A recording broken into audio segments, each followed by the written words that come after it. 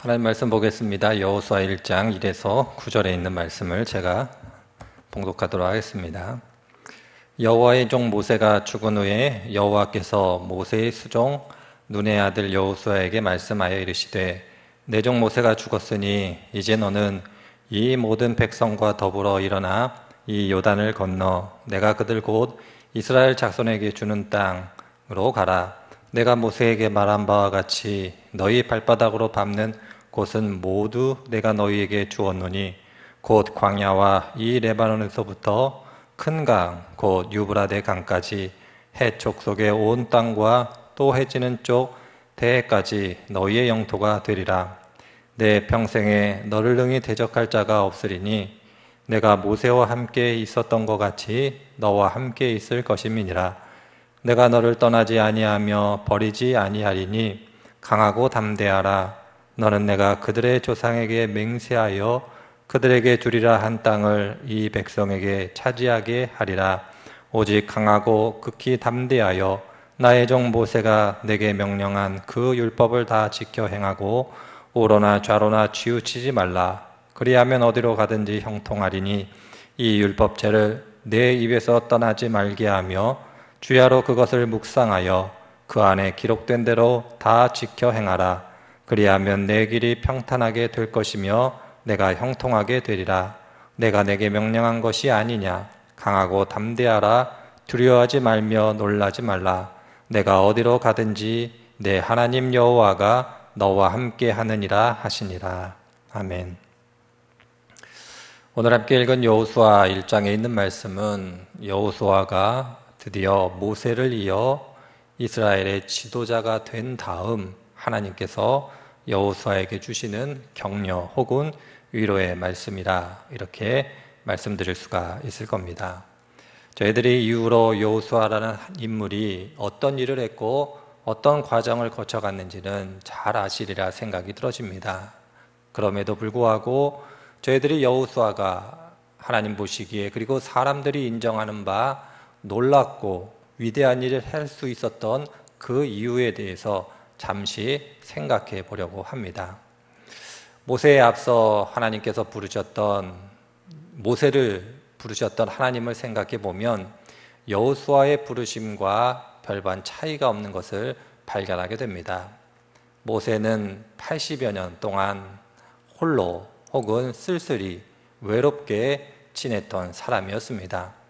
하나님께서 그 모세를 찾아오셔서 모세에게 감당하지 못할 것 같은 사명을 주고 계십니다.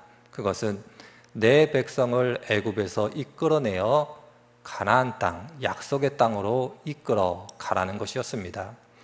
처음 하나님을 만난 모세는 그 사명을 감당할 자신이 없어 거절하고 거부하는 모습을 보게 됩니다.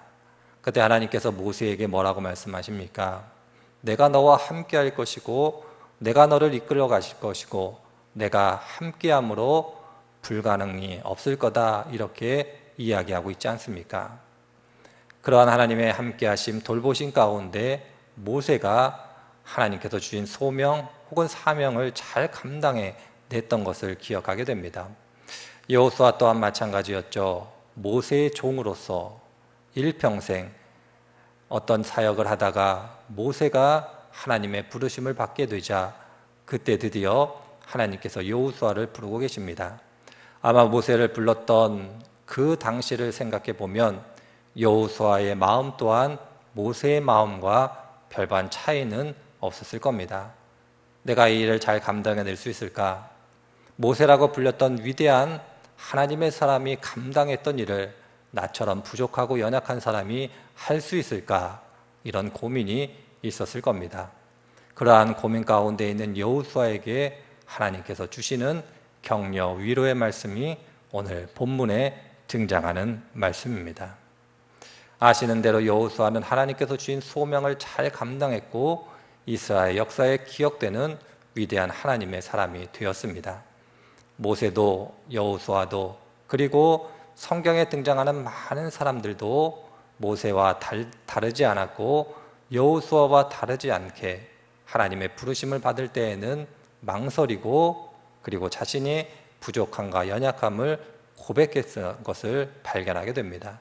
그럼에도 불구하고 결과적으로는 하나님의 부르심을 받은 모든 사람이 자신들에게 맡겨준 사명을 잘 감당해낸 것을 볼 때에 여기서 우리들은 신앙의 중요한 교훈을 얻게 됩니다. 그것은 다른 데 있는 것이 아니라 하나님께서 저들을 부르시고 하나님께서 그들에게 능력을 주시고 그들과 함께 하셨기 때문에 모세가 되었던 여호수아가 됐던, 아니 그 뒤에 하나님의 부르심을 받은 어떠한 사람이 되었든지 상관없이 그 이들을 잘 감당해 낼 수 있었다는 겁니다.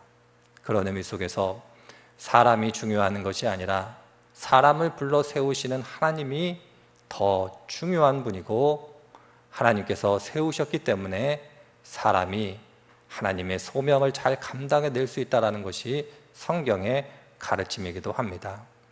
저희들의 믿음 생활, 신앙 생활을 하면서 꼭 기억해야 될 것이 바로 이겁니다.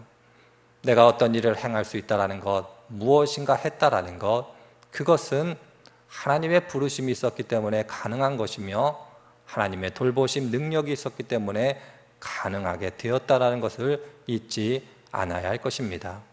왜 저희들이 신앙생활 가운데 교만하여 넘어지게 됩니까? 왜 다른 사람과 비교하여 우월감을 갖고 다른 사람을 낮게 보고 다른 사람을 무시하게 됩니까?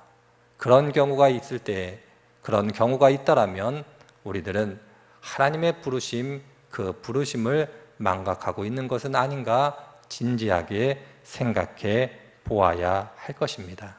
더불어 오늘 말씀 가운데 저희들이 또한 기억해야 할 것이 있다면 그것은 바로 바울의 고백이다 말씀드릴 수 있습니다. 내게 능력 주시는 자 안에서 내가 모든 것을 할 수 있다라는 바울.